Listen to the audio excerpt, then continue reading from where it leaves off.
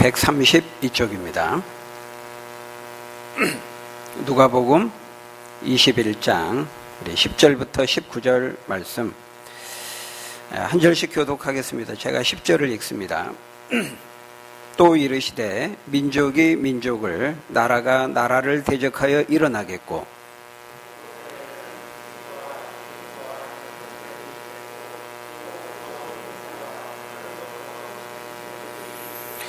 이 모든 일 전에 내 이름으로 말미암아 너희에게 손을 대어 박해하며 회당과 옥에 넘겨주며 임금들과 집권자들 앞에 끌어가려니와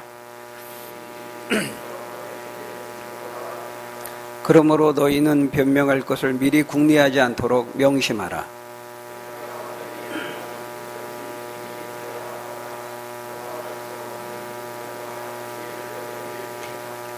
심지어 부모와 형제와 친척과 벗이 너희를 넘겨주어 너희 중에 몇을 죽이게 하겠고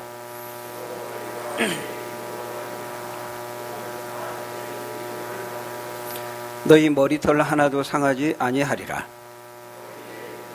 너희의 영혼을 얻으리라. 아멘. 예수님은 계속해서 뭘 말씀하고 있습니까? 종말의 징조에 대해서 말씀하고 있습니다. 우리가 지난주 추수감사주일이었고요. 바로 그 전주에 우리가 앞에 본문에서 우리가 살펴보았죠. 거기 7절에 보면 사람들이 또 제자들이 화려한 예루살렘의 성전을 보면서 예수님께 물었지요. 그것에 대해 예수님은 지금은 너무 아름답고 웅장해 보이는 저 성전이 한 날이 이르게 될 터인데 그 날이 이르면 돌 하나도 돌 위에 남지 않고 다 무너지게 될 것이다. 굉장히 충격적인 말씀을 하셨습니다. 그러니까 이제 그걸 듣고 또 이제 물었죠. 아니 그러면 어느 때에 그런 일이 있겠고 그 일이 일어나기 전에 그럼 어떤 징조가 있겠습니까? 이 징조에 대해서 물었습니다. 그러니까 예수님은 그 때와 징조를 물었을 때 그 특정한 때와 날짜와 시간은 말씀하지 않으시고 대신에 그 날의 징조에 대해서 말씀하셨습니다. 그 날이 있기 전에 일어나게 될 그 징조에 대해 말씀하시고 그리고 그 징조를 너희들이 볼 때 어떻게 해야 될 것인지를 말씀하신 것이죠. 그래서 여러분 우리가 저번 시간에 봤던 이 첫 번째 징조가 무엇이었습니까? 첫 번째 징조가 무엇이었죠? 여기저기서 너희를 미혹하는 사람들이 많이 일어나게 될 것인데 그때 너희는 어떻게 해야 된다는 거예요? 믿음을 잃어버리지 않도록 주의하라 이렇게 말씀하셨습니다. 기억나시죠? 분명히 했습니다. 근데 그 미혹에는 두 가지 종류가 있다 그랬죠. 무엇이었습니까?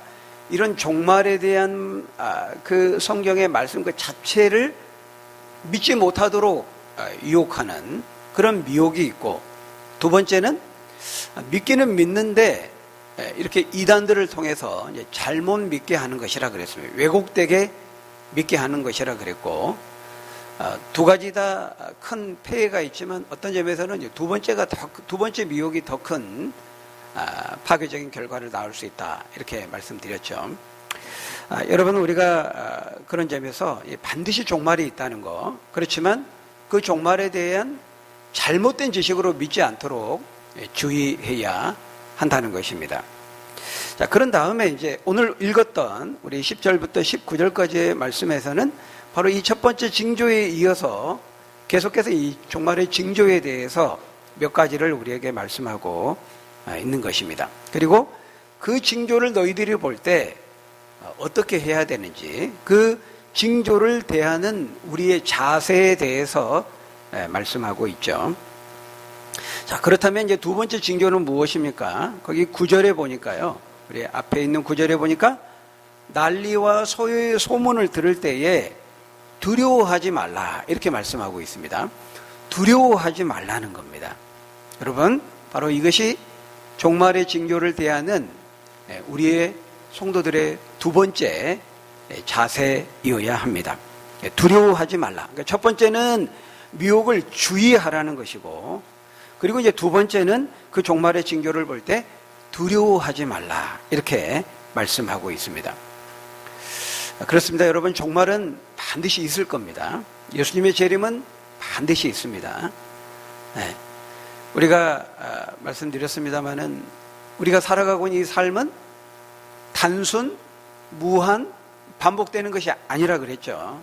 네. 이 세상의 모든 일들은 보십시오. 다 시작이 있으면 끝이 있습니다. 그런 것처럼 이 세상도 끝이 있다는 거예요. 알파와 오메가가 되시고 처음과 나중과 마침이 되시는 하나님께서 그리스도 예수 안에서 계획하신 일을 시작하셨기 때문에 반드시 마치는 그 날이 있다는 것입니다. 지금도 우리는 그 완성과 마지막과 마침을 향해 오늘 또 나아가고 있는 것이죠. 반드시 예수님의 재림을 통해 지금까지의 이런 우리의 모든 삶의 일상적인 삶의 패턴이 끝나고 하나님 나라와 천국이 완성되고 지옥의 심판이 분명히 있을 것인데, 그런데 너희들은 어떻게 하라는 거예요? 두려워하지 말라는 겁니다. 이 모든 일들이 다 이루어질 텐데 하나님을 믿는 너희 성도들 두려워하지 말라, 이렇게 말씀하고 있어요. 난리와 소요의 소문을 들을 때 너는 두려워하지 말라. 이 구절에서 말씀하는 난리와 소요의 소문에 대한 이제 구체적인 내용이 바로 오늘 우리가 읽은 이 10절부터 19절까지의 말씀인 것입니다. 이 난리와 이 소요에 대한 구체적인 내용들을 오늘 본문은 구체적으로 몇 가지로 말하고 있어요. 첫 번째 10절을 보니까요. 또 이르시되 민족이 민족을, 나라가 나라를 대적하여 일어나겠고, 이렇게 말씀합니다. 이게 이제 종말의 징조라는 거예요. 여러분, 이것은 이제 민족끼리의 내전과 국가와 나라 간의 전쟁이 빈번하게 일어날 것을 말씀하고 있는 거예요. 예수님이 재림하시기 전에 예수님이 재림하신 어떤 특정한 날이 분명히 있을 것인데 우리는 그것이 어느 때인지는 정확히 몰라요. 그 날과 그 시는 하나님 아버지만 아신다 그랬죠.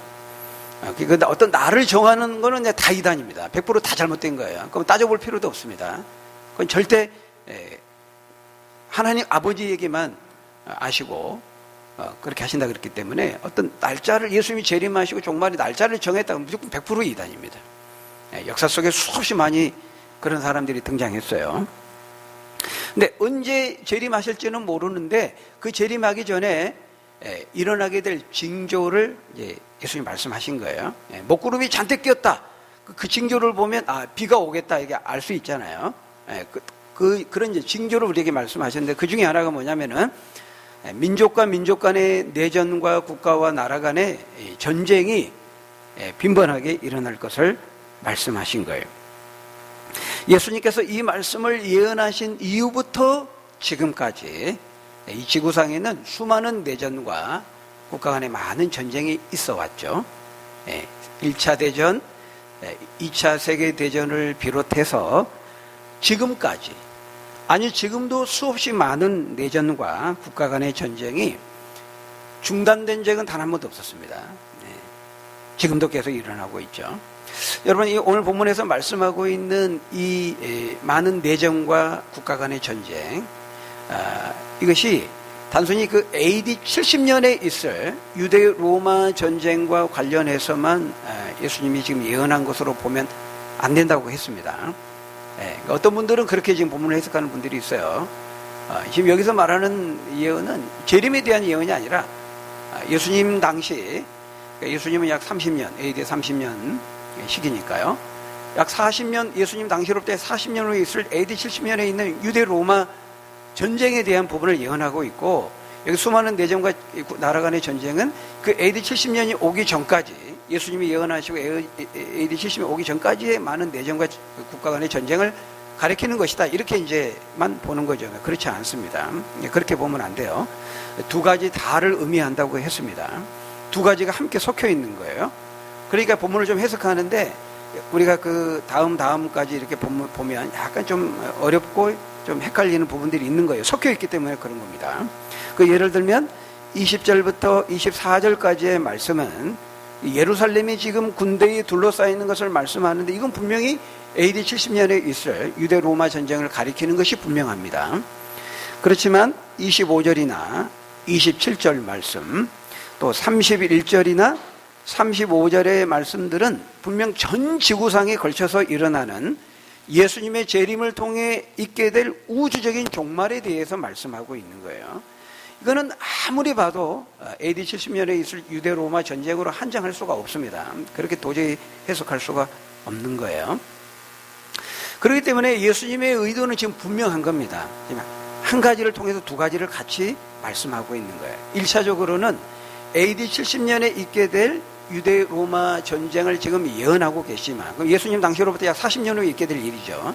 그거를 1차적으로 예언하고 있지만은 그것을 통해서 로마의 티투스 장군에 의해서 예루살렘이 또 성전이 완전히 멸망되고 초토화되는 그런 난리와 고통이 있는 것처럼 이제 세상의 마지막 날 예수님의 재림을 통해서도 그의 방불한 난리와 환란의 날이 임하게 될 것을 지금 말씀하고 경고하고자 하신 것이죠. 그러니까 다시 말하면 지금 예수님이 지금 말씀하신 그 당시로부터 약 40년 후에 있게 될 AD 70년에 있는 유다 로마 전쟁에 대해서만 말씀하고 있는 게 아니라는 거예요. 그것을 포함해서 그 사건을 통해서 오히려 장차 이제 인자가 재림하여 오실 바로 그 날과 사건을 지금 경고하고자 하신 것이죠. 우리가 이런 예언을 뭐라고요? 일타쌍피, 한 번에 두 가지를 예언하는 중첩된 예언이라 그렇게 말씀을 드렸습니다. 그렇기 때문에 AD 70년 이전뿐만 아니라 그 이후에도 지금까지 이 땅에는 많은 내전과 국가 간의 전쟁이 빈번하게 일어났고 지금도 일어나고 있으며 앞으로도 일어나게 될 것입니다. 빈번하게 일어나는 전쟁, 바로 그것이 예수님이 재림하시기 전에 있게 될 매우 중요한 징조 중에 하나로 예수님 말씀하고 있다는 거예요. 여러분, 전쟁이 뭡니까? 전쟁은 우리 개인 속에 있는 그 죄된 이기심의 집단적인 표출이에요. 우리 안에 전쟁의 명분을 여러 가지로 그럴듯하게 말을 합니다. 침공하면서 전쟁의 명분을 말하죠. 그렇지만 궁극적으로는 그 이기심의 집단적인 표출이라는 거예요. 그래서 이 예수님이 이 종말의 시기가 되면 될수록 어떻게 된다 그랬어요? 이런 이기심이 극대화될 것이라고 말씀하셨어요. 거기 디모데후서 3장 1절에서 4절에 보면 말씀하지 않았습니까? 그러면 같이 읽어볼까요? 디모데후서 3장 1절 4절 시작. 너는 이것을 알라. 말세에 고통하는 때가 이르러 사람들이 자기를 사랑하며 돈을 사랑하며 자랑하며 교만하며 비방하며 감사하지 아니하며 계속해서 온통함을 풀지 아니하며 모함하며 절제하지 못하며 사나우며 선한 것을 좋아하지 아니하며 배신하며 조급하며 자만하며 쾌락사랑하기를 하나님 사랑하는 것보다 더하며. 그러니까 말세에 이를수록 예수님이 재림하실 날이 가까우면 가까울수록 나타날 그 현상에 대해서 말씀하는데 어떤 현상이 나타나는 거예요? 자기를 사랑한다는 거예요. 자기밖에 모른다는 것입니다. 자기의 이익을 위해서라면은 돈도 부모도 물불을 가리지 않고 무정하며 배반하며 조급하며 사나우며 그 이익과 쾌락 사랑하기를 하나님 사랑하는 것 더한다, 이렇게 말하고 있어요. 바로 이 자기밖에 모르는 그 이기심이 집단적으로 표출된 것이 뭐냐? 바로 전쟁이라는 것입니다. 전쟁. 국가가 자국의 이익을 명분으로 내세우지만 그 자국의 이익이라는 것도 결국 그 집단 이기주의의 발로라는 것이죠. 오늘날에도 미중 갈등을 비롯해서 아프가니스탄에서도 지금 내전이 일어나고 있고요. 예멘, 리비아, 시리아, 남수단 지금 계속 내전이 일어나고 있습니다. 우리가 잘 모르죠. 소국들이기 때문에 뉴스를 많이 다루지 않습니다.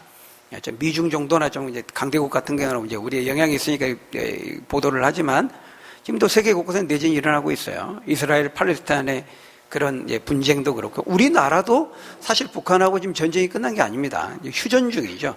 정전 상태입니다. 종전이 아니고 정전 상태죠. 잠시 전쟁을 쉬고 있는 상태예요. 이렇게 보면 이제 예수님께서 이 지구촌 곳곳에서 이 마지막 날 많은 내전과 전쟁이 있을 것이라 말씀하고 있는 이 예언을 우리가 지금도 충분히 확인할 수가 있는 것이죠. 그 다음에 징조는 무엇입니까? 그 11절에 말씀하죠. 곳곳에 큰 지진과 기근과 전염병이 있겠고 또 무서운 일과 하늘로부터 큰 징조들이 있으리라. 이렇게 말하고 있습니다. 여러분, 여기 큰 지진이라는 것은 이제 자연재해를 말하는 것입니다. 자연재해. 근데 여기 지진 하나만 나와 있으니까 그 지진만 생각하면 안 되죠. 이건 대표적으로 대유법입니다. 대표적으로 말하고 있어요.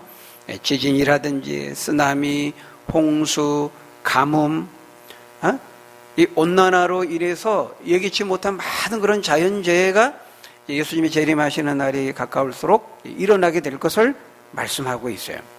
여러분, 이 자연재앙, 자연재해가 극심하게 되면 그 다음에 따르는 문제가 뭐냐면 이제 식량난이 생기게 되는 겁니다. 식량난. 그리고 당연히 이제 자연스럽게 이제 기근의 문제가 뒤따르게 되고요. 그 다음에 거기 보니까 전염병이 창궐하게 될 것을 말씀하고 있어요. 우리가 오늘날에 지금 코로나 우리가 지금 처절하게 확인하고 경험하고 있지 않습니까? 물론 그 이전에도 많은 전염병들이 있었습니다. 중세 패스트, 흑사병, 또 에이즈, 또 사스, 메르스, 신종플루, 조리독감 등등. 여러분, 이 코로나 바이러스 앞으로도 계속 변이를 거듭하게 될 것입니다.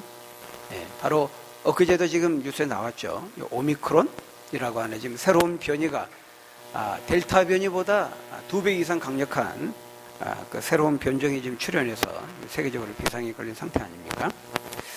이런 것들을 지금 말씀하고 있어요. 전염병이 많이 일어나게 될 것이다. 그리고 이제 거기 11절에서 말씀하는 이 무서운 일과 하늘로부터 큰 징조들이 있을 것을 말씀하는데요. 이게 지금 구체적으로 어떤 것인지는 좀 정확하지 않습니다. 그런데 우리가 구약의 그 선지서에 나오는 묵시 문학들, 그리고 요한계시록에 보면은 이제 하늘의 징조를 말하고 있어요.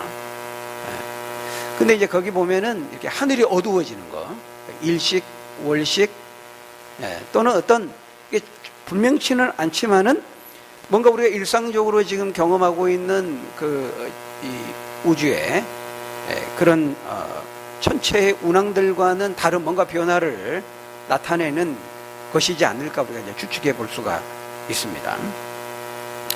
그 다음 말씀하는 이제 종말의 징조가 무엇입니까? 오늘 본문은 이거를 가장 길게 다루고 있습니다. 바로 예수님의 이름으로 말미암는 큰 박해와 고난이 있을 것을 말씀하고 있어요.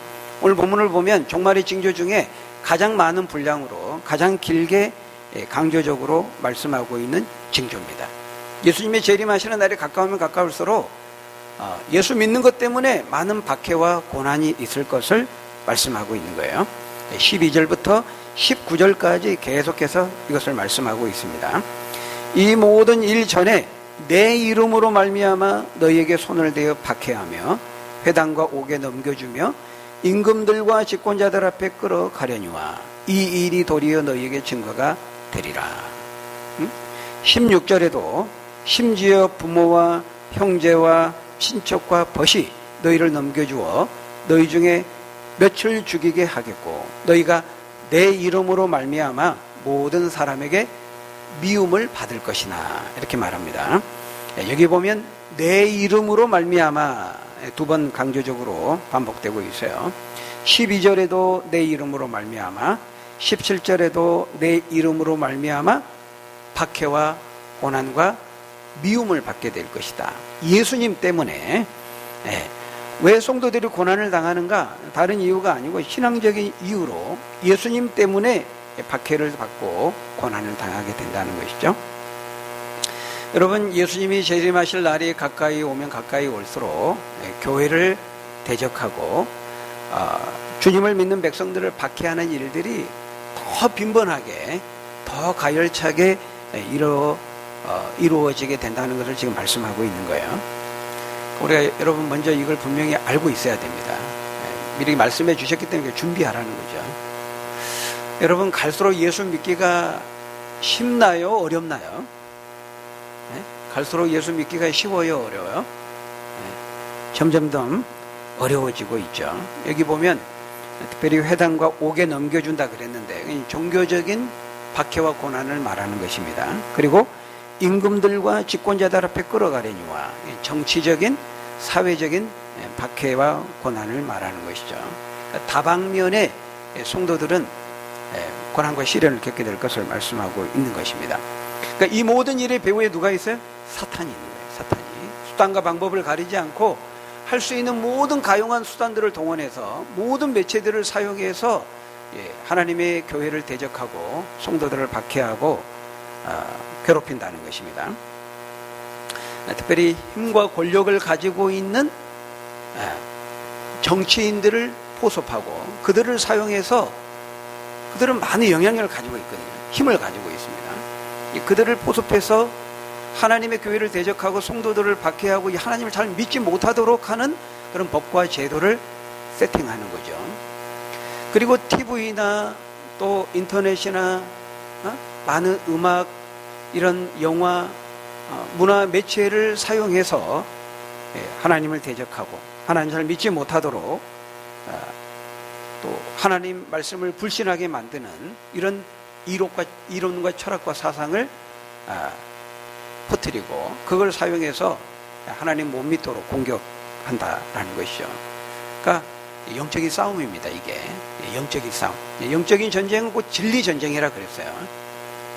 그러니까 하나님 말씀 못 믿게 하는 겁니다. 저거 엉터리야. 과학적으로 안 맞아. 추상적이야. 현실과 동떨어진 거야. 2000년, 3000년 전 옛날 얘기야. 다른 종교 얘기야. 다른 민족 종교야. 등등 여러 가지 이제 논리와 프레임을 가지고 하나님 말씀 못 믿게 하는 겁니다. 그러니까 우리가 진리 전쟁이에요. 영적인 전쟁. 물리적인 전쟁이 아닙니다.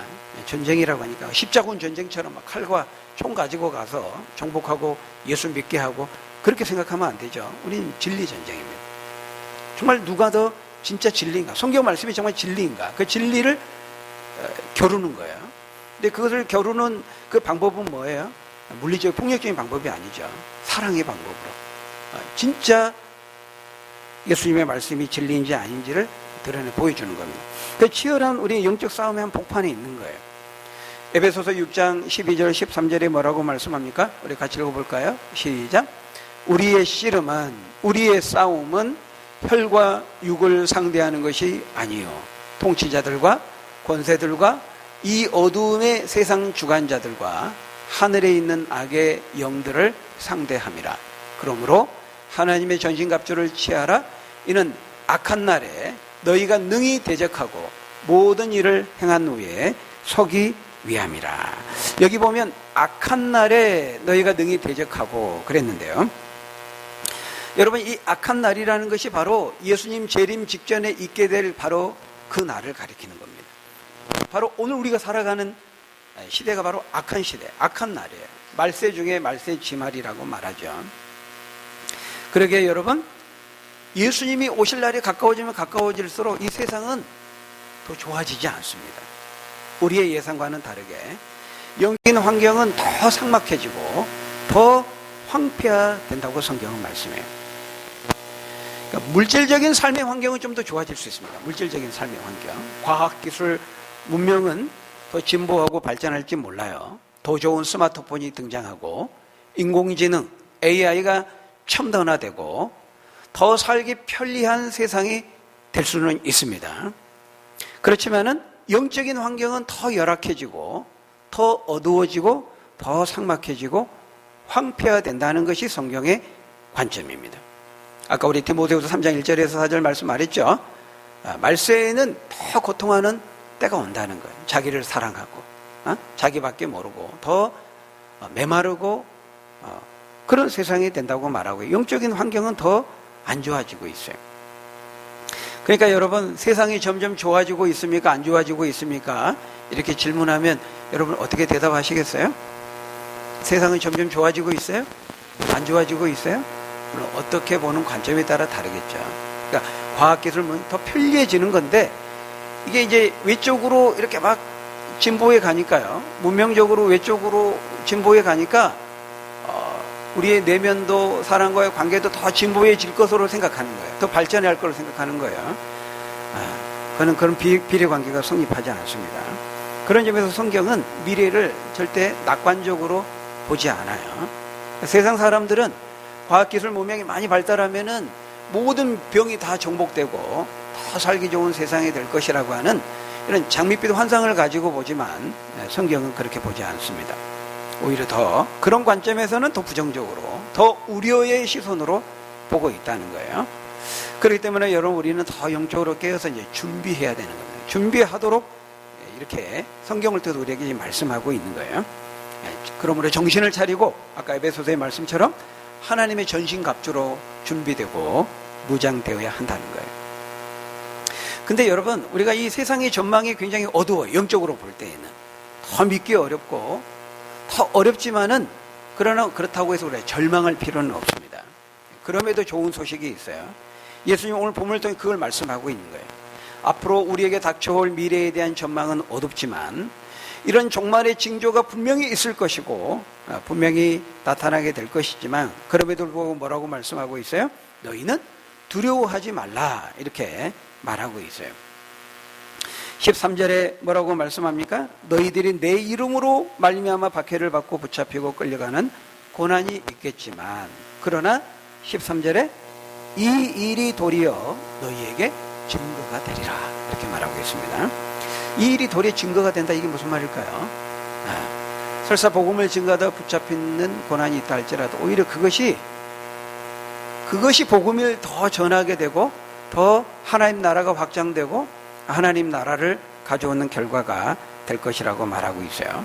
우리가 사도행전을 보면은 사도 바울을 통해 그걸 확인하게 되죠. 사도 바울이 복음을 전하다가 모함을 받고 대적들에게 붙잡히고 권세자들 앞에 끌려가게 됩니다. 어떻게 합니까? 바울이 그것을 이용해서 권세자들에게, 영향력 있는 권력자들에게 복음을 전하지 않습니까? 전화위복의 계기가 되는 것을 보게 되는데요. 바로 그걸 말씀하는 거죠. 또 14절, 15절에도 뭐라고 말씀합니까? 14절, 15절 우리 한번 같이 읽어볼까요? 시작. 그러므로 너희는 미리 궁리하지 않도록 명심하라. 내가 너희의 모든 대적이 능히 대항하거나 변박할 수 없는 구변과 지혜를 너희에게 주리라. 이게 무슨 말입니까? 한마디로 말하면은 너희가 복음을 전하다가 고난을 받고 또 박해를 받아서 설사 그들에게 붙들려 끌려간다 할지라도 미리 두려워하지 말라는 거예요. 걱정하지 말라는 거예요. 왜요? 주께서 함께 하실 것이기 때문에. 내가 성령으로 너희와 함께 할 것이고 보혜사 성령이 너희들에게 구변과 할 말이죠. 그리고 지혜를 주시겠다, 이렇게 말씀합니다. 17절 18절에도 또 너희가 내 이름으로 말미암아 모든 사람에게 미움을 받을 것이나 그러나 걱정하지 말라, 두려워하지 말라, 내가 너희 머리털 하나도 상하지 아니하리라 말씀합니다. 동일한 약속이죠. 주님께서 끝까지 함께 하시고 지켜주시고 보호 인도해 주시겠다는 거예요. 고린도전서 10장 13절에 보면 뭐라고 말씀하죠? 사람이 감당할 시험밖에는 너희에게 당한 것이 없나니 오직 하나님은 미쁘사 너희가 감당하지 못할 시험당함을 허락하지 아니하시고 시험당할 즈음에 피할 길을 내사 너희로 능히 감당하게 하시느니라 말씀합니다. 그러니까 여러분, 물론 이제 신앙적인 박해와 고난으로 인해서 육체적으로는 고난을 당할 수 있어요. 또 심지어 순교를 당하는 일도 있을 수 있습니다. 지금 본문을 통해서 예수님이 이런 거 전혀 없이 내가 다 막아주겠다, 지금 그걸 약속하고 있는 건 아니에요. 우리 초대교회 당시에도 많은 고난과 박해로 인해서 사자의 밥이 되기도 하고 화형을 당하기도 하고 많은 그런 순교의 슬픔과 아픔이 있었던 것을 우리가 교회 역사가 증언하고 있죠. 그럼에도 주님은 뭐라고 약속하셨어요? 마태복음 10장 28절에 보면 몸은 죽여도 영혼을 능히 죽이지 못하는 자들을 두려워하지 말고 오직 몸과 영혼을 능히 지옥에 멸할 수 있는 바로 그 하나님을 두려워하라, 이렇게 말씀했습니다. 그러니까 육체적으로는 우리가 환난을 당하고 심지어 박해와 순교를 당할 수 있을지라도 우리의 영원한 생명은 건드릴 수 없다는 거예요. 절대로. 바로 19절의 말씀이, 오늘 본문의 19절의 말씀이 바로 그 말이죠. 너희의 인내로 너희의 영혼을 얻으리라. 이 영혼을 얻는다는 것은 구원을 얻는 것을 말하죠. 영원한 생명을 얻는 것을 말하는 것입니다. 그렇게 사랑하는 여러분, 말세를 살아가는 우리에게, 종말의 시대를 살아가는 우리에게 무엇보다 믿음의 인내가 필요한 것입니다. 믿음의 인내, 견딤. 여러분, 우리가 예수님을 믿는 믿음으로 말미암아서 우리가 참고 견뎌야 될 때가 얼마나 많습니까?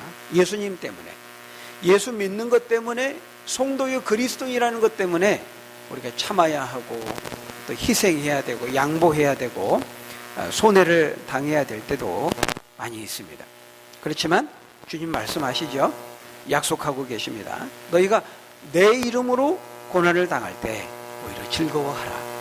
오히려 그것을 영예로 알고 영광스럽게 여기라. 이렇게 말씀하죠. 왜냐하면 우리가 주님 때문에, 주님의 이름으로, 예수님 때문에 미움을 당하고 고난을 당하면 그것이야말로 내가 주님을 믿는 자이고 주님께 속한 자임을 증명하는 것이기 때문이라 말씀합니다. 여러분, 베드로전서 4장 12절 16절에 보면 이렇게 말씀합니다. 우리 읽고 마치겠습니다. 베드로전서 4장 12절 우리 16절 같이 읽습니다. 시작. 사랑하는 자들아, 너희를 연단하려고 오는 불시험을 이상한 일 당하는 것 같이 이상히 여기지 말고 오히려 너희가 그리스도의 고난에 참여하는 것으로 즐거워하라. 이는 그의 영광을 나타나실 때에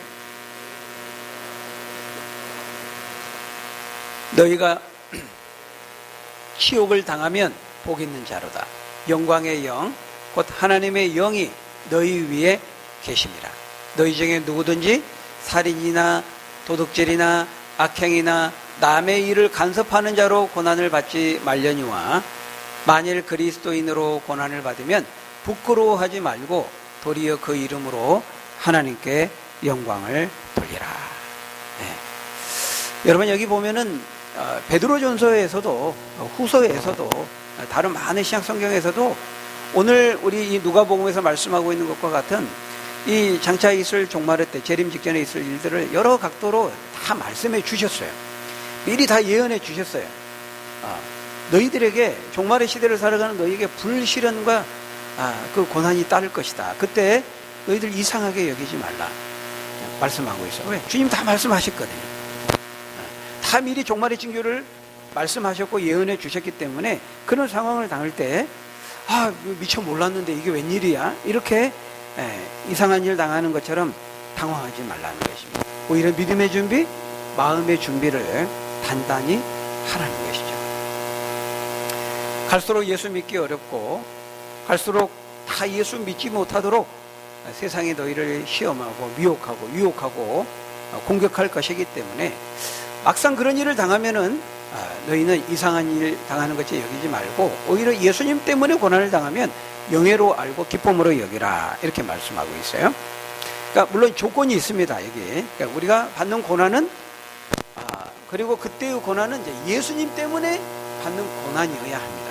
아까 말씀하는 것처럼 우리가 뭐 도둑질하고 거짓말하고 악행하고 어리석게 말하고 처신하고 행동함으로 인해서 얌체짓하고 자기밖에 모르고 이렇게 해가지고 만약에 고난을 당하고 손가락질을 당하고 이러면은 그거는 부끄러워해야 될 고난이죠. 수치스러워해야 될 고난인 것입니다. 예수님 때문에 우리가 하나님 믿는 자녀이기 때문에 복음 때문에 말씀 때문에 내가 그리스도인이기 때문에 이제 고난을 받을 때 그때 만약 그것으로 너희가 고난을 받는다면은 절대로 두려워할 필요가 없다. 걱정하지 말라. 왜? 내가 너와 함께 할 것이기 때문이다. 내가 너를 지켜주고 보호줘. 머리털 하나도 상하지 않도록 내가 책임져 줄 것이다. 이렇게 말씀하고 있어요. 마태복음 28장 19절 20절에서도 예수님이 마지막 승천하에 가시기 전에 유언처럼 말씀하셨죠. 그러므로 너희는 가서 모든 족속을 민족을 제자로 삼아 아버지와 아들과 성령의 이름으로 세례를 베풀고 내가 너희에게 분부한 모든 것을 가르쳐 지키게 하라. 볼지어다 내가 세상 끝날까지 너희와 항상 함께 있으리라 약속하셨습니다. 여러분, 우리에게 보여주신 이 종말의 징조를 통해서 오늘 우리가 살아가는 시대를 잘 분별하시고 당황하지 마시고 이상히 여기지 말고 두려워하지 말고 인내하면서 그리스도의 전신갑주를 취하고 잘 준비하고 무장해서 이 싸움에서 이기고 승리할 수 있는 저희 여러분들이 다 되시기를 예수님의 이름으로 간절히 축원합니다. 우리 기도하겠습니다. 아버지 하나님, 이 종말의 징조에 대해서 우리에게 말씀해 주셨습니다. 아버지 하나님, 이 종말의 징조를 볼 때 우리가 두려워하지 않도록, 분명히 있을 것이지만 두려워하지 않고 오히려 이것을 알았으니 우리가 믿음으로 또 마음으로 말씀으로 성령으로 잘 준비해서 그리스도의 전신갑주를 취하고 우리의 싸움이 치열한 영적인 싸움임을 알고 잘 준비해서 두려워하지 말고 인내하고 참고 이기고 승리할 수 있는 우리 믿음의 사람들 다 될 수 있도록 축복해 주옵소서. 예수님 이름으로 기도하옵나이다. 아멘.